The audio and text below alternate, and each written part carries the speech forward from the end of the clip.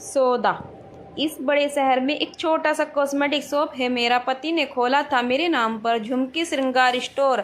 आज एक नया जोड़ा आया है मेरे दुकान पर। स्टाफ ने बताया कि सुबह से दूसरी बार आए हैं।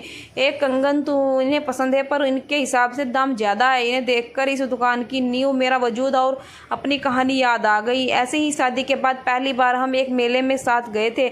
मुझे कांच की चूड़ियाँ का एक सेट पसंद आया था। तब 8 रुपये की थी और हम ले ना पाए थे। ये बार बार 5 रुपये की बात करते, मगर उसने देने से मना कर दिया। उन्हें मुझे वो चूड़ी ना दिलाने का अफसोस ज़िंदगी भर रहा था, क्योंकि उस दिन मैं पहली बार उनके साथ मेले में गई थी और कुछ पसंद किया था। उस दिन उनके जहन में इस दुकान की नींव पड़ गई थी। इतना प्रेम करते थे मुझसे कि फिर कभी मुझसे कुछ मांगना ही ना पड़ा। मेरी खुशियों के लिए रात दिन एक कर दिया। ये सब याद कर मेरी गीली आंखें उनके फूल चढ़े तस्वीर की तरह गई, जिससे शीशे में ये जोड़ी नज़र आ रही थी। सर सुबह ही कहा था कि 1000 से कम नहीं होगा। चलिए ना, कोई बात नहीं, फिर कभी ले लेंगे। दोनों सीधे साधे गांव के लग रहे थे, बिल्कुल जैसे हम थे। लड़की मेरी ही तरह स्थिति समझ रही थी और लड़के ने इनके जैसा उसे दिला देने की तल्लक जिद। इस प्यार को मैं महसूस कर रही थी। एक बार और देख लीजिए ना, अगर 700 तक भी हो।